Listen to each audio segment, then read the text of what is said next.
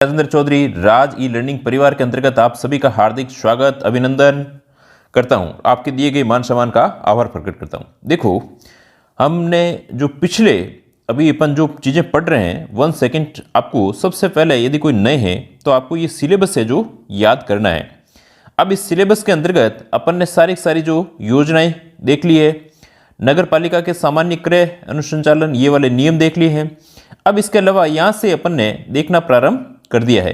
अब इसके अंतर्गत भी जो अभी वर्तमान के अंतर्गत चल रहा है, हालांकि जो आज आपके 16 तारीख को टेस्ट है और यदि कोई टेस्ट से नहीं जुड़ा हुआ है तो how to join test series वाला वीडियो जरूर देखें। उसी से आपको पता चल जाएगा कि किस प्रोसेस से इसके अंतर्गत जुड़ा जा सकता है। अब बात आती है अपन नगर पालिका के जो विकास और नगर योजना है, नगर पालिका के विकास नगर योजना देख लिया अपन ने, ये अभी अपन ने अपने जो चल रहा है। अब नगर पालिका के जो विकास और नगर योजना है इसके अंतर्गत जो चल रहा है, इसमें अपने धारा 159 से लेकर के 199, ये देखो इस बार टेस्ट में वैसे कंप्लीट करना था, पर टेस्ट में आपके वही चीज़ आएगी जो अभी तक अपन ने देखी है, जो आज तक देखोगे वो चीज़ें आएगी। कुछ क्लासेज नहीं हो पाई, कुछ लोगों के थोड़े से जो कॉल्स आ रहे हैं, जो नए लोग जुड़ रहे हैं वो कह रहे हैं सर थोड़ा सा इसको आप एक्ट को इतने टेस्ट हम साथ में दे नहीं पाते हैं। हालांकि फिर भी देने की बात है तो 280 के आसपास लोग एनरोल्ड हैं और टेस्ट दे पाते हैं। मुश्किल से 60 लोग टेस्ट के आसपास दे पा रहे हैं, ठीक ना। कई लोगों के पास में टाइम नहीं है, कई लोगों के पास कुछ नहीं है, तो इस प्रकार से काम चलेगा नहीं। तो आज हम जो धारा है वो 191 तक लेंगे। उसके बाद में थोड़ा सा जो बचेगा नेक्स्ट टेस्ट के अंतर्गत इसको, और अब जो बचेंगे अपने नगर पालिका की जो शक्तियां और अपराध है, नगर पालिका की जो शक्तियां और अपराध है जो 200 से लेकर सबसे बड़ा। अब आपके ये समझ लीजिए इस पूरे जो बी पार्ट के अंतर्गत है, जो बचा हुआ पोर्शन है वो नगर पालिका की शक्तियां और अपराध से संबंधित ही चीजें हैं। ये 200 से लेकर के 297 तक आई हुई धाराएं हैं। अब अभियोजना और जो वाद वाले है वो अपने बहुत ही छोटा सा है, 298 से 308 तक है, 298 से 308 तक ही है, इतना ही है। इसके बाद में नियंत्रण है 309 से 327 तक, बस इतना ही आपको देखना है। अब बात आती है कि यहां तक अपन ने कर लिया। अब नगर पालिका की जो शक्तियां और अपराध है, अब अपन इनको यदि अपन ने, मैंने जो पूरा विश्लेषण किया है, अभी भी देखो 10 क्लास के आसपास तो एटलीस्ट मिनिमम क्लास लग सकती है, 10 से 12 क्लास हो सकती है इस चीज की, एक्ट की। तब 12 क्लास के बाद में, 12 क्लास का मतलब है अपन 35 से 40 मिनट की क्लास 12 क्लास लें, उसी के अंतर्गत ये चीजें अपनी हो जाएगी। देखो बहुत ज्यादा लंबा नहीं है, यदि अभी भी अपन देखें तो इतना टाइम इस पीरियड के अंतर्गत इतना ज्यादा इसके अंतर्गत नहीं लगा है। तो आई होप आप अच्छे से कर रहे होंगे और इसको और अच्छे से करते जाएं। देखो अब 1 मिनट आपका ले रहे हैं। जो नए लोग हैं बिल्कुल इसको समझने का प्रयास करें, पूरा प्रोसेस दिया जाता है। हम पहले ओरिजिनल बिल्कुल एक्ट के द्वारा पढ़ रहे हैं, फिर उसके बाद में उसके रिकॉल करते हैं, रिकॉल के बाद में उसके लास्ट के अंतर्गत एमसीक्यू निकालेंगे। अब जो भी नई क्लास होती है उसके अंतर्गत जो पिछला है उसके आपको जो शॉर्ट नोट्स भी मिलते हैं और उसका भी रिकॉल करके अपन चलते हैं। ये पूरा प्रोसेस है और इस प्रोसेस के अकॉर्डिंग अपन काम कर रहे हैं। थोड़ा सा टाइम जरूर लगेगा। अब यदि जो नए विद्यार्थी पढ़ रहे हैं या जो भी पुराने विद्यार्थी पढ़ रहे हैं, इसको पढ़ना कैसे है, तो साथ में जो बाफना की, यूनिक की या जो भी आप में ओरिजिनल एक्ट है उसे पढ़ते रहें, और जो चीज़ें मैं बता रहा हूँ, जो हाईलाइट कर रहा हूँ, उसको आप क्या करो, हाईलाइट करते जाएं। अब अदरवाइज यदि आपको भी लगता है कोई चीज़ इंपॉर्टेंट ज़्यादा है तो आप अपने हिसाब से भी कर सकते हैं, अंडरलाइन कर सकते हैं। अब इसके बाद में शॉर्ट नोट्स हैं, कुछ शॉर्ट नोट्स का नमूना मैं दे रहा हूँ। आपको भी जो कोई लगता है कि ये इंपॉर्टेंट है या किसी क्वेश्चन पेपर के अंतर्गत नया क्वेश्चन लगता है तो उसको ऐड करना है, यही पूरा तरीका है। देखो आज का जो मोटिवेशन है, मैं अपने कल के रिकॉर्ड को आज तोड़ दूंगा। अगर खुद से ऐसी बात करने का साहस रखते हैं तो आप सफल होने का कोई नहीं रोक सकता है।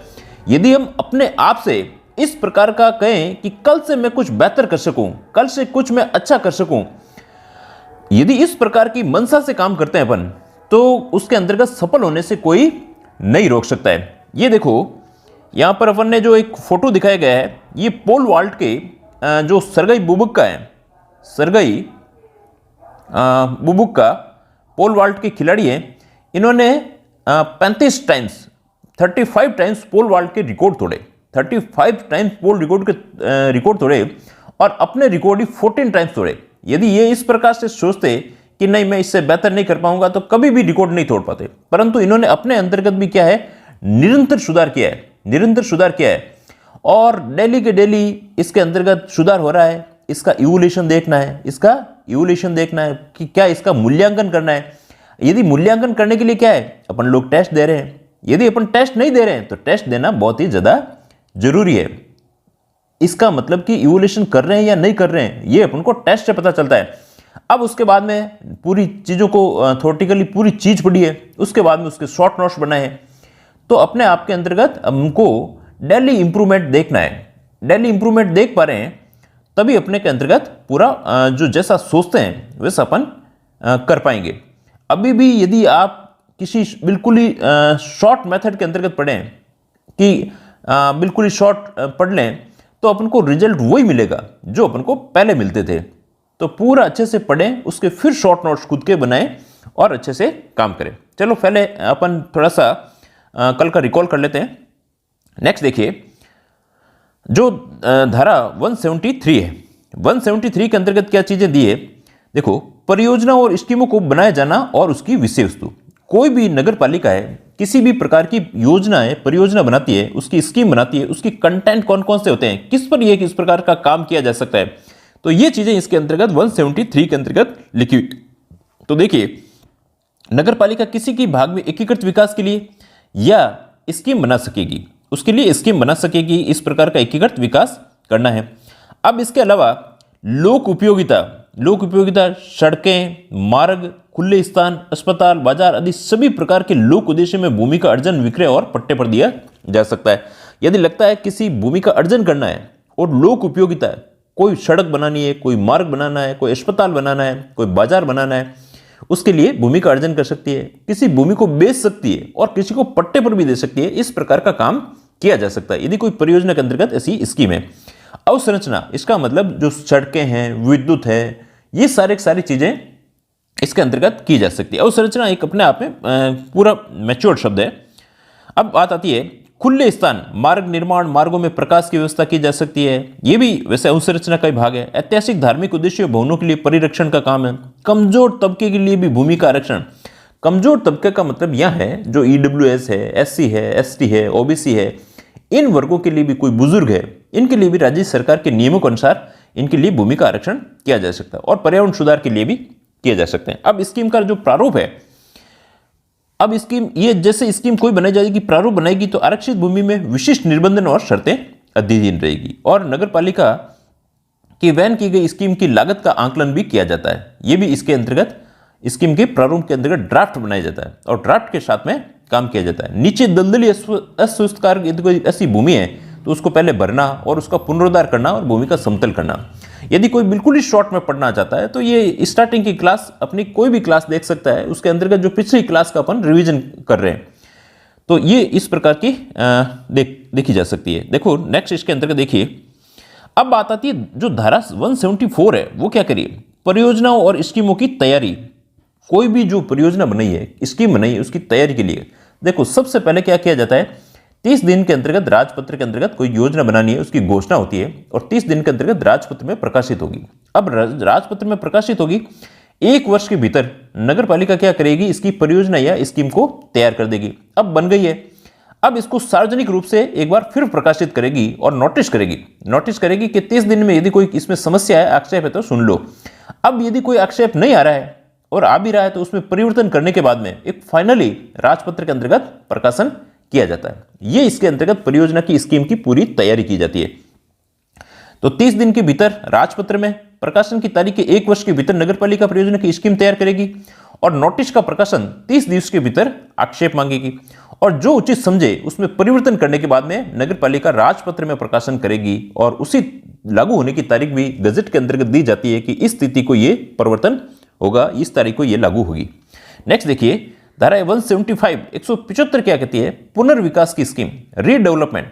यदि देखो मुख्य नगरपालिका अधिकारी को लगता है कि भाई ये क्षेत्र है और इस क्षेत्र के अंतर्गत बिल्कुल संकड़ी गलियां हैं या कोई इस प्रकार की बहुत ज़्यादा समस्या है जहाँ प्रकाश की नहीं आ रहा है, जहाँ पर लाइटिंग की सही सुविधा नहीं है, जहाँ पर अन्य हवा भी सही से नहीं है, प्रदूषण बहुत ज़्यादा है, ऐसी स्थिति के अंतर्गत यदि मानव के लिए अनुपयुक्त क्षेत्र है तो उनके पुनर्विकास किया जा सकता है। नेक्स्ट देखिए, जो 176 धारा क्या कहती है, सबमिशन ऑफ प्रोजेक्ट और schemes of municipality for approval, परियोजना और स्कीम के अनुमोदन के लिए नगर पालिका को प्रस्तुत करना। अब कौन करेगा इसके लिए भी, ये मुख्य नगर पालिका अधिकारी करेगा। अब नगर पालिका को यदि लगता है इसमें कुछ चेंजेज करने हैं तो चेंजेज कर सकती है। नगर पालिका को लगता है कि स्वीकार करे तो ठीक है, उसको उचित है तो स्वीकार कर लेगी, अनुचित है तो उसको अस्वीकार भी कर सकती है। ये धारा 176 कहती है। धारा 177 क्या कहती है कि किसी स्कीम की घोषणा के पश्चात भूमि उपयोग और विकास का निबंधन। अब यहां पर कोई स्कीम बनाई गई है कि इसके अंतर्गत कोई परियोजना इस क्षेत्र के अंतर्गत या इस पूरे क्षेत्र के अंतर्गत परियोजना बनेगी। अब इस क्षेत्र के अंतर्गत किसी भी प्रकार की जो भूमि का उपयोग है, कोई भी व्यक्ति है यहां पर भूमि का उपयोग करेगा, कोई ऐसा भवन बनाना चाहता है, कोई ऐसा विकास करना चाहता है, तो उसमें पूर्व अनुमति की आवश्यकता रहती है कि उसके अंतर्गत अनुमति के बिना वो कोई भी नहीं कर सकता है। लेकिन यदि नगर पालिका से ली जाती है, यदि कोई ग्राम पंचायत का है तो ग्राम पंचायत से इस प्रकार का अनुमति ली जाती है, उसमें नगर पालिका की आवश्यकता नहीं है। परंतु यदि कोई जैसे ये सड़क इस प्रकार से कोई राजमार्ग निकल रहा है, कोई ऐसी चीज है, तब वह उसके अंतर्गत वो ध्यान रखना पड़ेगा कि ये जो योजना काम तो कर रहे हैं, उसके काम तो कर रहे हैं, पर कहीं ग्राम उसके स्कीम के कोई संगत है कि नहीं है, ये चीज भी वहां पर देखी जाती है। नेक्स्ट देखिए 178, स्कीम का व्यवगत होना। व्यवगत का मतलब होता है लैप्स, जो चीज है उसका समाप्त हो जाना। जो चीज बनी थी यदि उसकी प्रकाशन की तारीख के 2 वर्ष के भीतर क्रियान्वयन नहीं हो, यहां पर क्या है, क्रियान्वयन ना होने पर भी ये क्या हो जाएगी, समाप्त हो जाएगी। ये धारा 178 इतना ही है। 179 क्या कहती है, परियोजना या स्कीम का रूपांतरण या प्रत्याहरण। आवश्यक होने पर नगर पालिका किसी भी योजना को गजट में प्रकाशित करके योजना को वापस ले सकती है। उसको लगता है कि प्रत्याहरण करना है, उसको विड्रॉल करना है, तो उसका विड्रॉल किया जा सकता है, वापस से लिया जा सकता है। जैसे अपन पैसे निकालते हैं तो विड्रॉल फॉर्म भरते हैं, तो वापस से ली जा सकती है। और उसके अंतर्गत यदि कोई मॉडिफिकेशन करना है, कोई परिवर्तन करना है, तो परिवर्तन किया जा सकता है, परंतु परिवर्तन के लिए मूल ढांचा चेंज नहीं होगा। जितना उसका जो मेन पार्ट है वो चीजें चेंज नहीं होगी, जैसी योजना थी उसके अंतर्गत योजना को लागू किया जाएगा। नेक्स्ट देखिए धारा 180 क्या कहती है, power of state government to required municipality to make schemes. यदि राज्य सरकार, देखो राज्य सरकार तो अपने आप में बहुत बड़ी चीज है, तो राज्य सरकार यदि चाहे नगर पालिका अधिकारी को, मुख्य नगर पालिका अधिकारी को नगर में किसी विशेष क्षेत्र में राज्य सरकार के निर्देशों से स्कीम तैयार कर रही है, यदि उसको कह दे कि भाई ये स्कीम है, ये तैयार करनी है, तो राज्य सरकार की तो उनको माननी है ही। अब बात आती है धारा 181, saving of any project of scheme. किसी भी परियोजना या स्कीम का व्यापृति होना। अब व्यापृति होने का मतलब यहां पर यह है कि नगर पालिका में किसी भी योजना के अंतर्गत किसी भी परियोजना को शामिल किया जा सकता है। सेविंग्स मतलब कि अन्य योजना को इसके अंतर्गत चेंजेज किया जा सकता है। ये योजना थी, अब इसके अंतर्गत क योजना कोई दूसरी योजना है, इसको भी इसके अंतर्गत शामिल किया जा सकता है। यदि लोकहित के अंतर्गत लगता है तो उसमें ऐसा चेंजेज कर सकती है। तो ये धारा 181 है। अब धारा 182 से लेकर के 191 तक अपन फटाफट देखेंगे। अब देखो इसका रिकॉल करने का यदि टाइम देखा है तो अपने मुश्किल से 10 मिनट लगी है। अब देखो ये कहती है धारा 182, पूरा थोड़ा सा इसको बड़ा कर देते हैं, जूम कर देते हैं। देखो, restrictions on changes of use of land power to the state government to allow change of use land. अब ये कह रहा है कि भूमि पर उपयोग के परिवर्तन पर निर्बंधन। यदि कोई चेंजेज किया जा रहा है, कोई कमर्शियल भूमि थी वो किसी अन्य भूमि आवासीय भूमि के अंतर्गत चेंज कर रही है, या कोई आवासीय भूमि है जो कमर्शियल भूमि के अंतर्गत चेंज कर रही है, उस पर निर्बंधन। और भूमि के उपयोग को परिवर्तन अनुज्ञात करने के लिए राज्य सरकार की शक्ति। राज्य सरकार चाहे तो किसी भी भूमि का कन्वर्जन कर सकती है। कन्वर्जन मतलब कि जो आवासीय भूमि है उसको कमर्शियल कर सकती है, कमर्शियल को आवासीय कर सकती है। तो इस प्रकार का कौन कर सकती है, ये राज्य सरकार की शक्ति है धारा 182 के तहत। देखो सारी चीजें अपन ने हाईलाइट कर ली है, कम से कम समय के अंतर्गत ये पीपीटी के माध्यम से इस प्रकार से संभव है। दूसरी किसी भी चीज के अंतर्गत ऐसा संभव नहीं है। आप अपनी उसके अंतर्गत जो मेन जो जिस भी बुक से पढ़ रहे हैं उसके साथ साथ में आप हाईलाइट करते जाएं, तो इससे आपको पता रह जाएगा। जहां स्टार बनाए जा रहे हैं वहां स्टार बनाए, अपनी तरफ से भी कोई अच्छी चीज लगती है तो उसको भी आप देखते हुए चले। देखो कोई भी व्यक्ति किसी भी नगरपालिका क्षेत्र में स्थित किसी भूमि के उपयोग में उस प्रयोजन के लिए भिन्न प्रयोजन के लिए राज्य सरकार किसी नगरपालिका के अन्य स्थानीय प्राधिकारी तथा अन्य निकाय या प्राधिकारी द्वारा तत्समय प्रवृत्त किसी भी विधि के अनुसार व्यक्ति की मूल आवंटित या विकृत की गई थी, किसी मास्टर योजना जहां कहीं भी परिवर्तन में हो विनिर्दिष्ट प्रयोजन की अन्यथा नहीं करेगा तथा करने की अनुज्ञा नहीं देगा। इसका मतलब कि वहां पर यदि बात आ रही है कोई मास्टर प्लान से कोई या मूलतः कोई आवंटित हो गई है तो उसकी इस प्रकार से अनुमति नहीं दी जाती है। यहां पर यही बात की गई है ना। देखो क्या क्या है, किसी व्यक्ति की मूलतः आवंटित या विकृत की गई थी या किसी मास्टर योजना जहां कहीं परिवर्तन में थी विनिर्दिष्ट प्रयोजन में अन्यथा नहीं करेगा तथा करने की अनुज्ञा नहीं देगा, मतलब कि अनुमति भी उसको नहीं दी जाती है। अब बात क्या कह रहा है, ऐसी किसी भूमि के मामले में यथापूर्वक रूप से आवंटित या विकृत नहीं की गई। अब बात आती है जो विकृत नहीं की गई है के अंतर्गत नहीं आती है। कोई भी व्यक्ति नगरपालिका क्षेत्र में स्थित किसी भूमि के उपयोग उस प्रयोजन से भिन्न किसी प्रयोजन के लिए नहीं करेगा, जो प्रयोग करना है उस प्रयोजन से भिन्न प्रयोग नहीं करेगा या करने की अनुज्ञा नहीं देगा, जिसके लिए ऐसी भूमि का उपयोग इस अधिनियम के प्रारंभ में इसके पूर्व में किया जा रहा है। तो यहां पर यह बात है कि यदि कोई ऐसी भूमि है जो उसको अलॉट हुई है, जैसे स्कूल के लिए, अस्पताल के लिए या किसी भी ऐसे लोकहित के लिए, उस भूमि का इधर से इधर कन्वर्जन नहीं होगा। उसका कन्वर्जन होगा, उसको भी देखेंगे किस प्रकार से कन्वर्जन किया जा सकता है। उपधारा 1 या उपधारा 2 के अंतर्विष्ट किसी बात में राज्य सरकार या उसके प्राधिकृत कोई अधिकारी ऐसी भूमि या स्वामी धारक उसके उपयोग में परिवर्तन करने के लिए यदि लोकहित में ऐसा करना हो, कब करना हो, लोकहित के अंतर्गत। तो यहां से इंपॉर्टेंट ध्यान रखना है, लोकहित में तो भाई कुछ भी चीजें चेंजेज की जा सकती है लोकहित में, और उसका समाधान हो जाता है। तो ऐसी दरों में सपरिवर्तन, उसके साथ साथ में चेंज तो हो जाएगा पर उसमें क्या लगेंगे, सपरिवर्तन प्रभार के संदाय, जो प्रभार के पेमेंट लगेंगे। और पड़ोसियों को भी ऐसी विहित की जाए आक्षेप आमंत्रित करने और उनका सुनने के पश्चात उपयोग के लिए निम्नलिखित परिवर्तन के संबंध में राजपत्र में, ये ध्यान रखना यहां से, ये चीज कहां पर होगी, राजपत्र में अधिसूचना के साथ में अनुज्ञा दी जाएगी, अनुमति दी जाएगी। देखो बात सिर्फ अपन ने की है लोकहित में करने पर सपरिवर्तन प्रभावों के संदाय राजपत्र में अधिसूचना द्वारा कौन सी भूमि किसके अंतर्गत चेंजेज हो सकती है। तो देखो आवासीय भूमि से वाणिज्यिक या कोई अन्य प्रयोजन के लिए, वाणिज्यिक से कोई अन्य प्रयोजन के लिए, औद्योगिक से कोई अन्य प्रयोजन के लिए, सिनेमा से कोई अन्य प्रयोजन के लिए, होटल से किसी अन्य प्रयोजन के लिए, पर्यटन से अन्य प्रयोजन के लिए, संस्थागत से अन्य प्रयोजन के लिए। अब बात इसका मतलब यह है सभी क्या है, सभी के अंतर्गत चेंजेज हो सकती है, परंतु सपरिवर्तन इसके साथ में यह ध्यान रखना, परंतु जहां पे भी आता है उसको आप 5 स्टार लगा सकते हो। परंतु सपरिवर्तन प्रभार उसके साथ में कुछ यूजेज, जो चेंजेज, जो कन्वर्जन के चार्जेज हैं वो भिन्न भिन्न क्षेत्रों के लिए अलग अलग होते हैं। जैसी जमीन होती है उसके अकॉर्डिंग उसके कन्वर्जन चार्ज होते हैं और उसके प्रयोजन भिन्न हो सकते हैं।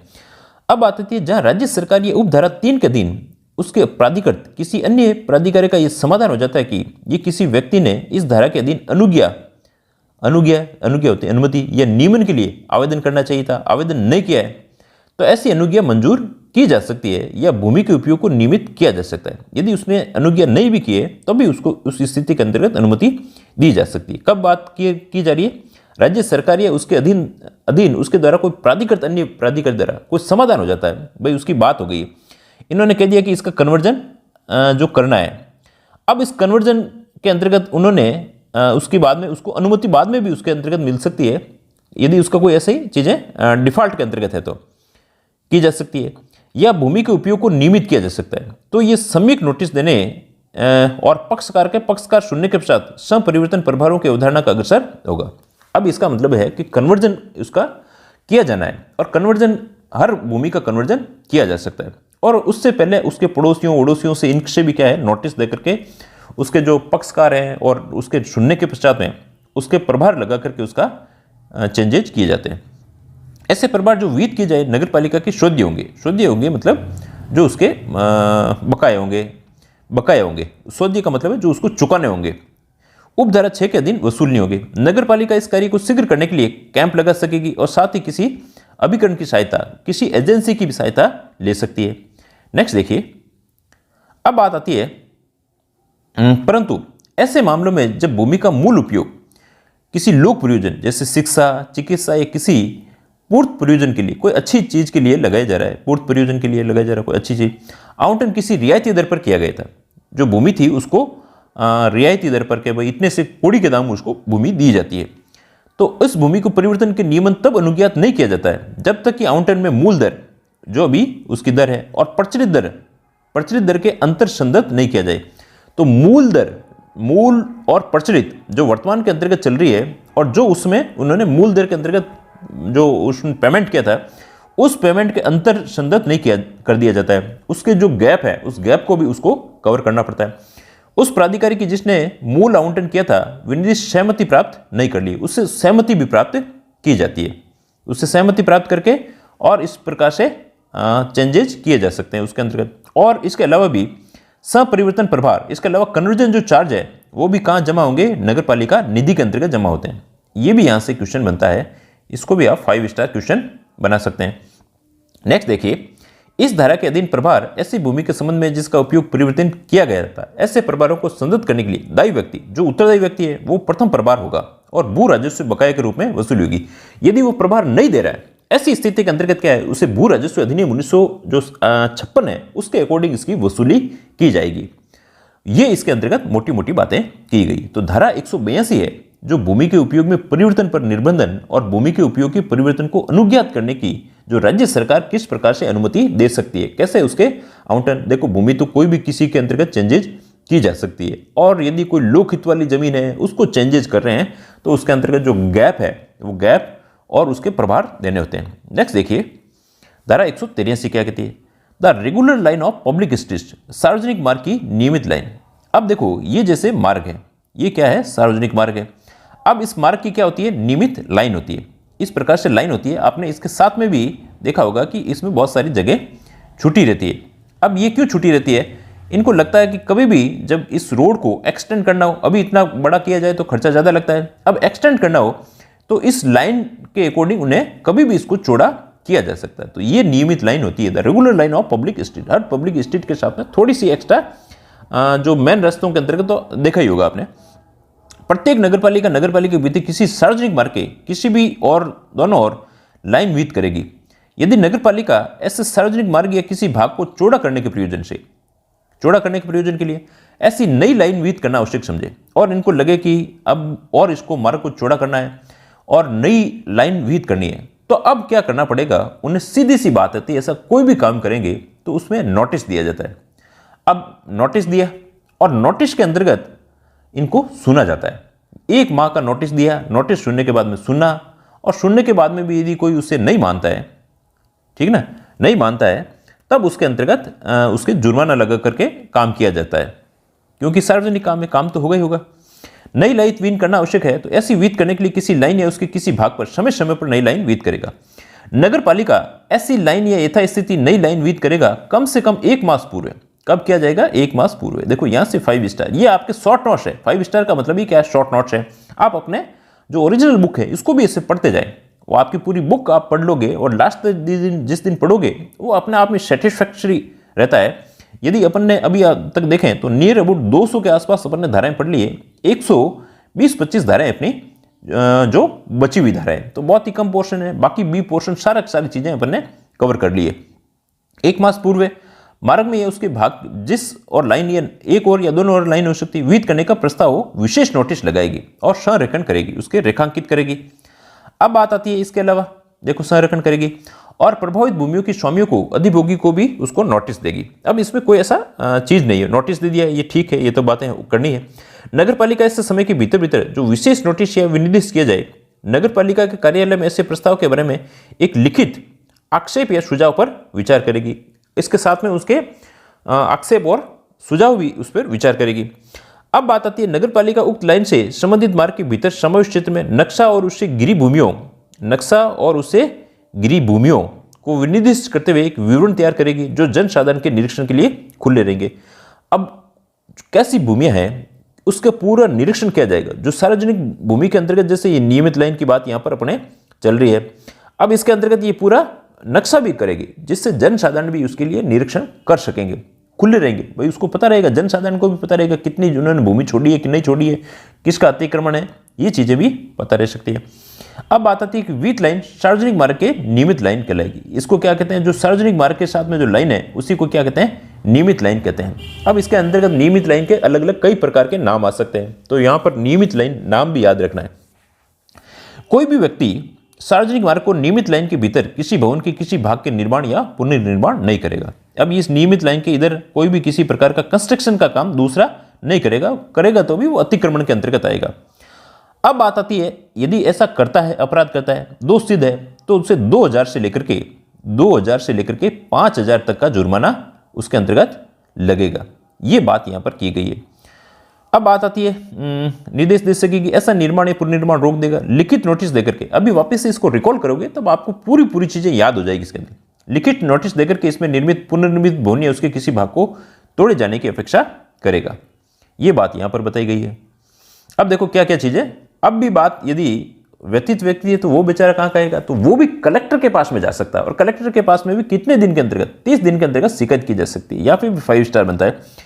उपधारा 4 के अधीन नगर पालिका व्यतीत कोई भी व्यक्ति आदेश की तारीख से उसकी प्रति प्राप्त करने के अपेक्षित समय को छोड़ 30 दिवस के भीतर, कितने दिन के भीतर, 30 दिवस के भीतर, अब किसको कर रहा है, कलेक्टर को कर रहा है, अपील कर सकेगा। और अपील प्राधिकारी का आदेश ही अंतिम होगा, ये फिर वापस से कहीं सुप्रीम कोर्ट न्यायालय के अंतर्गत प्रश्नगत नहीं किया जाएगा। जैसा कलेक्टर ने डिसीजन दे दिया, यदि व्यतीत व्यक्ति कोई परेशान व्यक्ति है कि भाई मेरी जमीन के इस प्रकार के, और कलेक्टर साहब उसका निरीक्षण करके मौका मुआयना करते हैं और निरीक्षण करवाते हैं, तो उनको लगता है कि ये बिल्कुल वैलिड है, जैसी होनी चाहिए, या जैसा भी डिसीजन देते थे उसके अंतर्गत न्यायालय में प्रश्नगत नहीं किया जाएगा।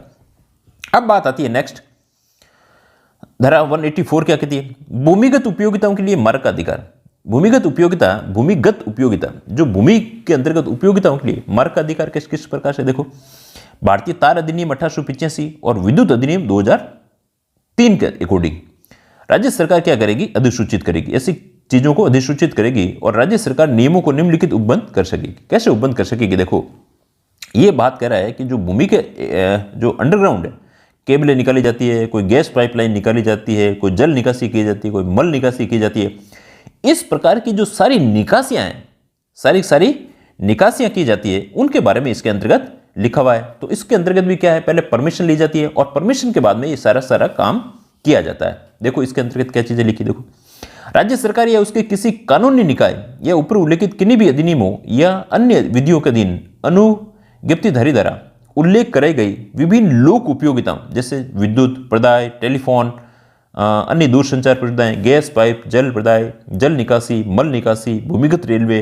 पैदल सबवे, यदि इस प्रकार के जो मार्ग निकाले जा रहे हैं, जो अंडरग्राउंड काम किया जा रहा है, और आजकल अंडरग्राउंड खूब प्रकार हो रहे हैं, सभी जगह रोडें खुदी पड़ी है। नगर पालिका क्षेत्र में सार्वजनिक या निजी मार्गों के अधोमार्ग में से मार्ग के विनिर्देश अधिकारों में नगर पालिका द्वारा मंजूरी दी जाती है। कोई भी ऐसा काम करेगा, नहीं तो क्या होगा, रोड बनी हुई है, अब उस रोड के अंतर्गत क्या है, मन पड़ेगा जिसका कोई तार निकालेगा, कोई होगा, तो इसके लिए रोड कटिंग है, रोड कटिंग की भी नगर पालिका से क्या है, परमिशन ली जाती है, कि भाई हम रोड काट के करना चाहते हैं। इस प्रकार से खूब लोग काम कर देते हैं, परंतु इस प्रकार से नगर पालिका के अकॉर्डिंग उसमें करनी चाहिए। देखो किन्हीं भी अधिनियमों तथा अन्य विधियों के अधीन फीस या प्रभार का उद्ग्रहण किया जाएगा। नगर पालिका ऐसे नक्शे रेखाचित्र उपलब्ध करवाएगी, उनको ये बताएगी भाई यहाँ पर हमारी रोडें हैं, यहाँ पर इस प्रकार से कौन सी पाइपलाइन, पानी की पाइपलाइन पहले गई हुई है, अब विद्युत की पाइपलाइन आप कहाँ डालोगे, तो उसका नक्शा क्या है उनको पहले ही बता दिया जाता है कि इस प्रकार से काम करना है। नेक्स्ट देखो और क्या क्या है। अब इसके अलावा भूमिगत उपयोगिता के स्थान पर अभिलेख ठीक ठाक संकलित और संधारित करने में समर्थ हो सकेगी। अब कार्य के निष्पादन की क्या होगी, समय सीमा नियत करनी पड़ेगी। ऐसा नहीं कि किसी ने कह दिया कि मैं तो भाई इसमें जो विद्युत वाले कह रहे हैं कि भाई हम यहाँ केबल निकालेंगे और केबल लेकर के बैठे हैं, पूरी रोड खुदी पड़ी है, तो इसकी समय सीमा उनको डेडलाइन देनी पड़ेगी। डेडलाइन के साथ में काम करना पड़ता है और कार्य करना पर विलंब करने पर उनको शास्ति, उस पर जुर्माने भी लगाए जाते हैं। ये इस प्रकार की धारा 184 कह रही है। अब बात आती है किसी नगरपालिका मार्ग या किसी अन्य नगरपालिका की संपत्ति के पूर्वोक्त अधिकारों का प्रयोग में लाए जाने वाले क्षति के संबंध में विभाग के खर्चे से मरम्मत और मूल स्थिति में लौटाना पड़ता है। नेक्स्ट देखिए, और ऐसा कुछ नहीं, जैसी स्थिति थी भाई, रोड तो इन्होंने कटिंग कर दी तो रोड को उसी स्थिति के अंतर्गत वापस से लाना पड़ता है, ये बात कही गई। मैप्स ऑफ अंडरग्राउंड यूटिलिटी, भूमिगत उपयोगिता के नक्शे। अब ये बात आती है कि ये नक्शे तैयार कौन करेगा, नक्शे तो वैसे नक्शा नवीस से तैयार करवाएंगे, पर ये बात आती है तो मुख्य नगरपालिका अधिकारी द्वारा इस प्रकार के नक्शे तैयार करवाए जाते हैं। तो ये बात यहां से 5 स्टार क्वेश्चन बन जाता है। 185 के अंतर्गत क्या है, मुख्य नगरपालिका अधिकारी इस प्रकार के नक्शे तैयार करवाएगा और नगरपालिका क्षेत्रों में समस्त भूमिगत उपयोग के लिए संपूर्ण सर्वेक्षण, नक्शे, रेखाचित्र, वर्णन, फायर हाइड्रेंट्स और मल वहन के इस प्रकार के जो भी किस प्रकार से मल का ऐसा वहन हो रहा है, कैसे इस प्रकार के नक्शे हैं, ये नक्शे कौन उपलब्ध करवाएगा, कौन बनवाएगा, तो ये मुख्य नगर पालिका अधिकारी बनाएगा। मुख्य बात इसके अंतर्गत पूरी इतनी है। और नक्शों का संधारण ऐसे प्रारूप और ऐसी रीति से करवाएगा जैसा कि उप बिंदुओं को बंधित हो, जैसे उसके अंतर्गत जैसे नक्शा नवीसों से किस प्रकार से उसका प्रारूप बनवाएगा। और सूचना के अधिकार से संबंधित किसी भी विधि के उपबंधों के अनुरूप उसकी गोपनीयता सुनिश्चित करेगा। यदि कोई ऐसी चीजें गोपनीयता के अंतर्गत आती है, भाई जैसे यहाँ से कोई चीज गुजर रही है तो ऐसा नहीं हो कि वहाँ से कोई अपने टेलीफोन की लाइन गुजर रही है, लोग उससे सभी को उपलब्ध करवा दिए, लोग उसमें से कहीं कट करके किसी की बातें सुन रहे हैं, इस प्रकार की बातें भी नहीं होनी चाहिए। तो ऐसी गोपनीयता भी रखेगा। अब बात आती है कि special provisions regarding state belonging to central और स्टेट गवर्नमेंट, केंद्रीय और राज्य सरकार से संबंधित मार्गों के विषय में विशेष उपबंध। अब बात आती है कि जैसे ये हो गया स्टेट हाईवे, ये हो गया स्टेट हाईवे, ये निकल रहा है जैसे नेशनल हाईवे। अब इनके जो उपबंध करने का इनको रिक्वायरमेंट जो काम है वो कौन करेगा? इनका स्टेट हाईवे राज्य सरकार करेगी, नेशनल हाईवे का केंद्र सरकार करेगी, जैसे सीपीडब्ल्यूडी करती है। यहां पर अपने पीडब्ल्यूडी जो राज्य सरकार की है वो इसके अंतर्गत काम को करेगी। इसमें नगर पालिका का कोई रोल नहीं रहता है। परंतु यदि इसके अंतर्गत कोई अधिक्रमण कर लिया है इसका, किसी ने कोई इसको किया है और नगर पालिका क्षेत्र के अंतर्गत आता है, तो यहाँ इसको हटाने का काम किसका है? वो नगर पालिका का है। परंतु इसके अंतर्गत किसी भी प्रकार की रोडों को बनाने का, कई बार ऐसी रोडें टूट भी जाती है और लोग शिकायत भी करते हैं कि भाई नहीं ये तो केंद्र सरकार का मामला है, ये राज्य सरकार का है, हमें इसमें कोई लेना देना नहीं है। अब बात आती है, देखो यदि कोई राष्ट्रीय राजमार्ग, राज्य मार्ग कोई केंद्र सरकार या ये थी राज्य सरकार में नहीं थे, नगर पालिका ऐसे राष्ट्रीय राजमार्ग, राज्य राजमार्ग मार्ग के संबंध में ऐसा कोई कार्य करने के लिए केंद्रीय सरकार या यथास्थिति, थोड़ा सा मजबूत रहना आप लोगों को, साथ साथ में पढ़ना है, मंजूरी के सिवाय मंजूर नहीं करेगी जिसका उसने लिखित अनुज्ञा के बिना इस अधिनियम के उपबंधों का उल्लंघन किया है। इसके अंतर्गत भी क्या है? लिखित के अंतर्गत उनको परमिशन होती है, परमिशन के बाद में इस प्रकार का काम किया जा सकता है। यदि भाई नेशनल हाईवे केंद्र सरकार कोई लिखित के अंतर्गत उनको परमिशन दे देती है तो अलग चीज है। केंद्रीय सरकार या राज्य सरकार ऐसे अपेक्षा की जाएगी कि नगर पालिका ऐसे मार्गों के संबंध में इस अधिनियम की किन्हीं उपविधियों द्वारा इस प्रदत्त शक्तियों का प्रयोग कर सकेगी, यदि इस प्रकार का दिया जाए, अपेक्षा की जाए। अब बात आती है राज्य सरकार में निहित नगर पालिका क्षेत्र से गुजरने वाली सड़कों के मामले में नगर पालिका ऐसी सड़कों पर जहां तक उसके अस्थायी अधिभोग की अनुज्ञा और उस पर अधिक्रमण, उसको कुछ टेम्परेरी अधिभोग की अनुज्ञा उसकी परमिशन से और अधिक्रमण को हटाने के संबंध में नियंत्रण होगा। और किंतु ऐसी सड़कों के रख रखाव का जिम्मा यदि ये कह दे कि अस्थायी किसी को भी कोई शादी समारोह है तो यहां पर इस प्रकार का अस्थायी इसमें अधिभोग कर सकता है, इसकी अनुमति नगर पालिका देती है। और अधिक्रमण है, कोई अतिक्रमण है, उसको हटाने का काम भी कौन करेगा? ये नगर पालिका के नियंत्रण के अंतर्गत रहेगा। परंतु सड़कों का जो रख रखाव है जिम्मेदारी वो राज्य सरकार की रहेगी। नेक्स्ट देखिए, उत्सवों के दौरान मार्गों पर अस्थायी परिनिर्माण। कई बार क्या होता है कि जैसे कोई फंक्शन हो गया या कोई बड़ा सा सत्संग हो रही है और पंडाल लगा दिया गया। क्या लगा दिया है?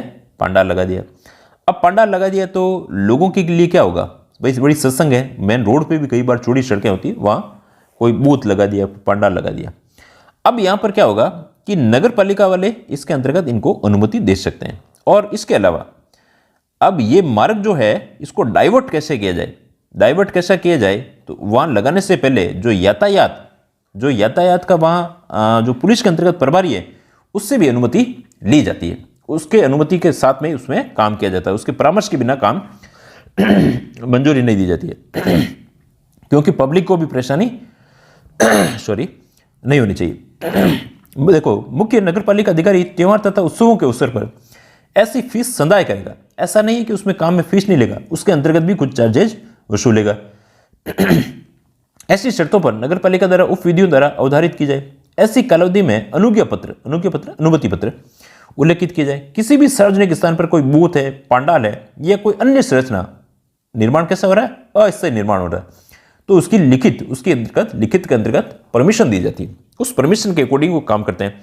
परंतु इस धारा के अधीन कोई भी अनुज्ञा जो परमिशन दी जाती है नगर पालिका क्षेत्र में यातायात प्रभारी पुलिस अधिकारी की परामर्श के बिना नहीं दी जाएगी। तो ये ध्यान रखना है, यहाँ यातायात के जो प्रभारी पुलिस अधिकारी है उसी से अनुमति ली जाती है। वे व्यक्ति जिसको अनुज्ञा मंजूर की जाती है मैदान को भरेगा तथा मुख्य नगरपालिका अधिकारी के समाधानप्रद रूप से ऐसी कालावधि के भीतर भीतर अनुज्ञा पत्र में उल्लेखित की जाए यथापूर्व करेगा। तो जैसी वो अनुमति उसको मिल जाती है उसी के अकॉर्डिंग वह काम करेगा। नेक्स्ट देखिए, फटाफट थोड़ा सा देख लीजिए। अब बात आती है धारा 181, मार्ग नाली परिसर के सनिर्माण और मरम्मत के दौरान पूर्वधान्य। जैसे ये रोड है, अब रोड के चारों ओर क्या है, ये नाली निकल रही है या ये कोई मार्ग निकल रहा है इसके बीच में। अब इसके अंतर्गत भी क्या होगा कि कोई काम कर रहा है, अब इसमें क्या पूर्वधान्य, जो पूर्व के अंतर्गत ध्यान रखें। देखो, प्रिकॉशंस ड्यूरिंग कंस्ट्रक्शन और रिपेयर ऑफ ड्रेनेज परमिशंस, ये अपने जैसे ये अपने यहाँ से अपना मकान आया हुआ है और यहाँ से क्या है मार्ग निकल रहा है। अब यहाँ पर अपने क्या किया कि यहाँ नाली का निर्माण कर रहे हैं या कोई मार्ग का निर्माण कर रहे हैं या कोई छोटा मोटा कोई कंस्ट्रक्शन का काम कर रहे हैं, तो यहाँ बजरी वगैरह यहाँ पे भी वो भी गिरवा देते हैं। तो इससे क्या होगा, आम पब्लिक को क्या होगा, दिक्कत आएगी। रात्रि के अंतर्गत आएगा तो और ज़्यादा दिक्कत आ सकती है। तो जो काम किया जा रहा है वहाँ पर क्या है, उसको इस प्रकार से ऐसी कोई बाड़बंदी कर देगा और कोई ऐसी दुर्घटना नहीं हो, इस प्रकार का काम उसको करना पड़ेगा। ये पूर्व के ध्यान रखना पड़ता है। तो ऐसे निर्बंधों और शर्तों के अधीन रहते हुए उप विधियों के निर्दिष्ट मुख्य नगरपालिका अधिकारी किसी भी सार्वजनिक मार्ग, किसी भी नगरपालिका नाली या नगरपालिका में निहित किसी परिसर में सनिर्माण कोई मरम्मत का दौरान बाढ़ लगवाएगा और सुरक्षित करवाएगा। भवनों को दुर्घटना के विरुद्ध उचित पूर्वधान्य, जो पूर्व के अंतर्गत सावधानी रखी जाती है। पूर्वावधान का मतलब क्या होता है, पूर्व में जो सावधानी रखी जाती है कि भाई किसी का एक्सीडेंट नहीं हो, तो इसका ध्यान रखा जाता है। कोई ऐसा नहीं हो कोई गड्ढा वड्ढा कुछ भी बचा रह जाए। और लिखित अनुज्ञा के बिना किसी भी भवन निर्माण की सामग्रियों को जमा करना, कहीं पे भी कोई ऐसा नहीं है कि मन पड़े जो रोड के अंतर्गत अपने बजरी डाल दे, मिट्टी डाल दे, वो ईंट डाल दे, सारी डाल दे। तो लिखित अनुज्ञा के दौरान जमा कराने के लिए अस्थायी निर्माण करने के लिए प्रतिषेध करेगा और किसी भी मार्ग की यातायात के लिए पूर्णतः यह भागता बंद करेगा। किसी भी मार्ग को यातायात ये पूर्णतः उसके करेगा कि ये मार्ग क्या हो गया, यहाँ से बंद हो गया। यहाँ तक आवश्यक है कि यातायात की आवश्यक मोड उपलब्ध करवाएगा। उसके लिए उसको मोड भी उपलब्ध करवाने पड़ेंगे। अनुमति दी जाती है तो नगरपालिका को भी मोड उपलब्ध करवाने पड़ते हैं। यथापूर्व यदि किसी सार्वजनिक में यथापूर्व करना तथा किसी नाली के परिसर में उनके मूल रूप में लाना सुनिश्चित करना पड़ेगा। तोड़फोड़ करेगा तो उसमें वापस से उसी स्थिति के अंतर्गत लाना होता है। ऐसे किसी स्थानीय उसकी राय में किसी मार्ग के यातायात के लिए ऐसे व्यक्तियों के लिए उसमें विधिक पहुंच रखते हैं या उसके पड़ोस के लिए खतरनाक है, असुविधा कारित करने वाला है, ऐसे मरम्मत करने या उसे बंद करने के लिए कदम उठाएगा। यदि उसको लगता है कि ऐसा काम चल रहा है जो कानून रूप से सही नहीं है, तो उसके लिए बंद करवाने के लिए कदम भी उठाए जा सकते हैं।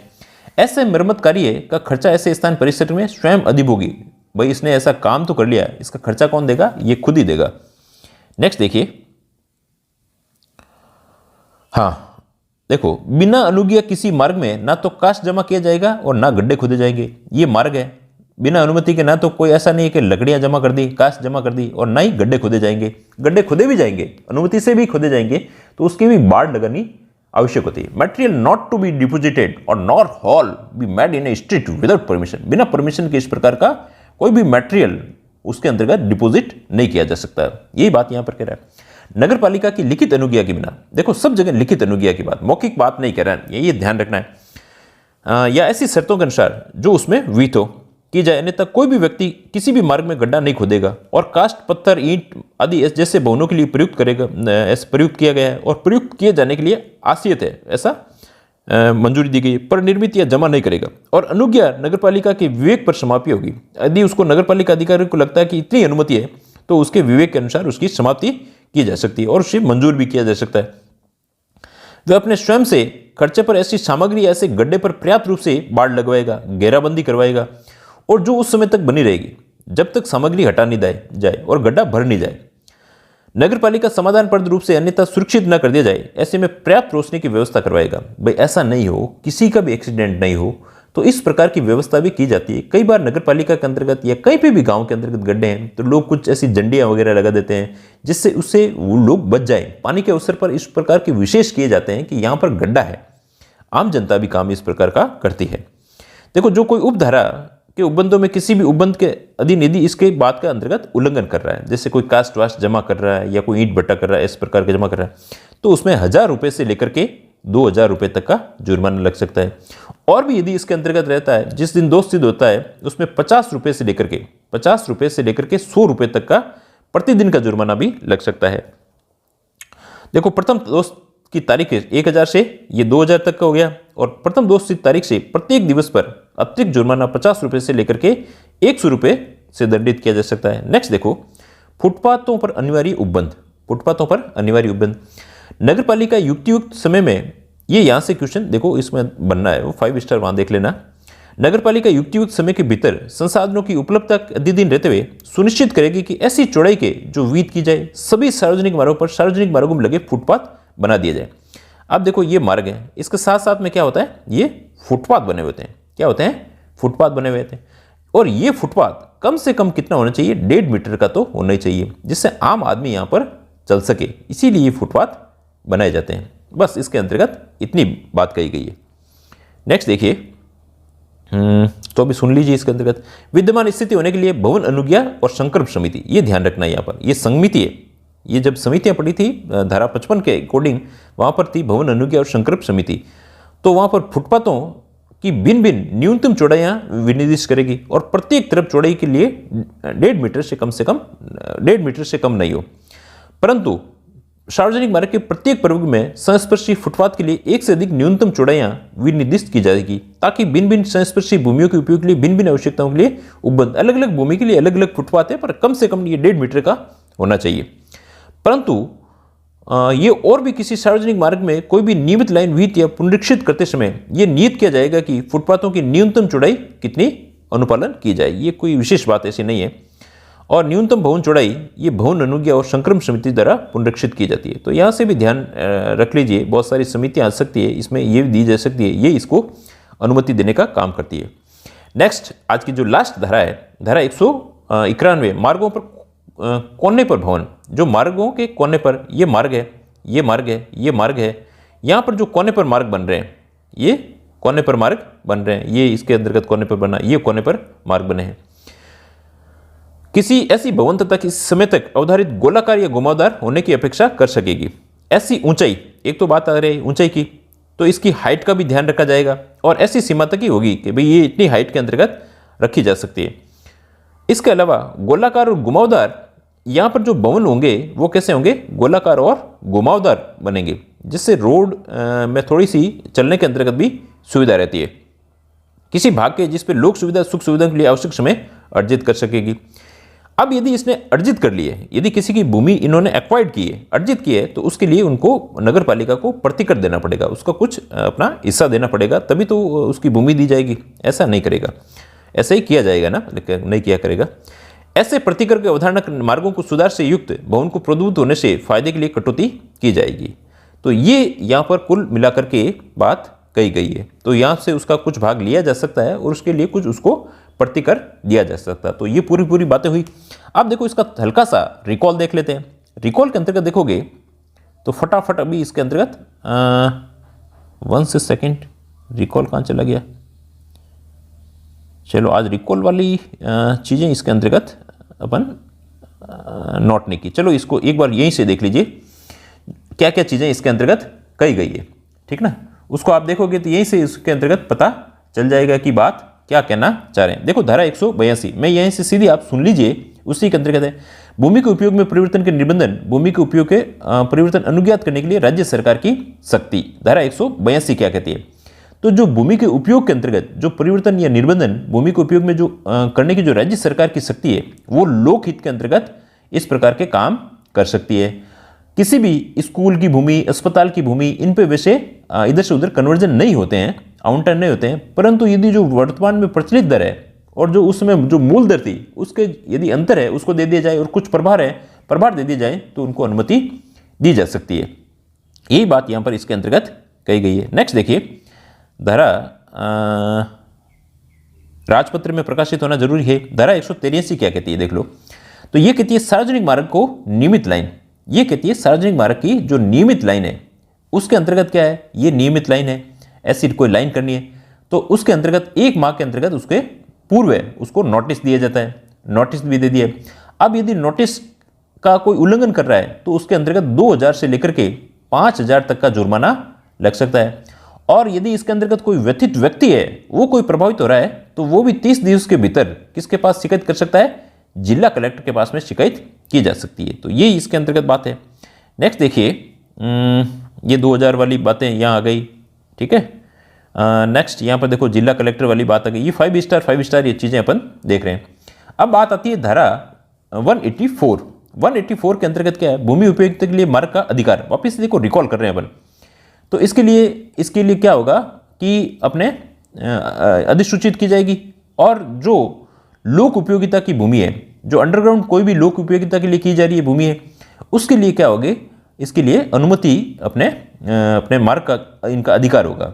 और यदि कोई क्षतिपूर्ति होती है तो ये भी इनको वापस से चुकानी पड़ेगी। यहाँ पे यही बातें की गई है। नेक्स्ट देखो, बस ये समय सीमा नियत होगी, शास्ति अधिरोपित की जाएगी, ये बातें की गई है।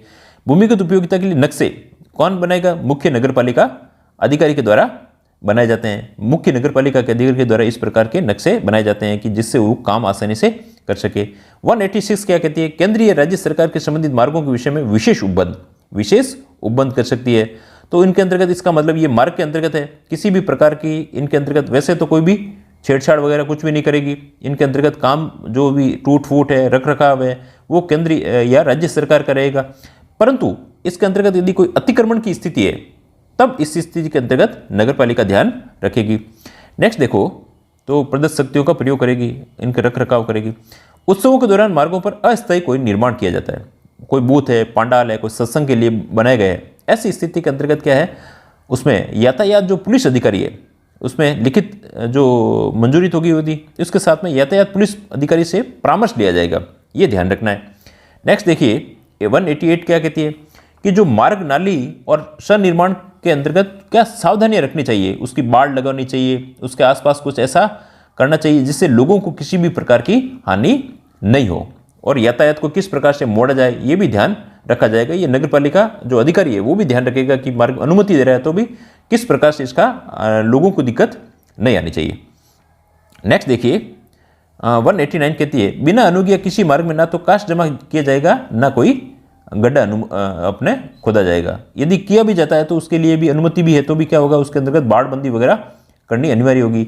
और नहीं करता ऐसा करता है इस प्रकार का तो 1000 से लेकर के 2000 तक का जुर्माना और अतिरिक्त 50 रुपये से लेकर के 100 रुपये की शास्ति और जुर्माना लगाया जा सकता है। ये इसके अंतर्गत यहाँ पर अपन ने 5 स्टार बना करके किया।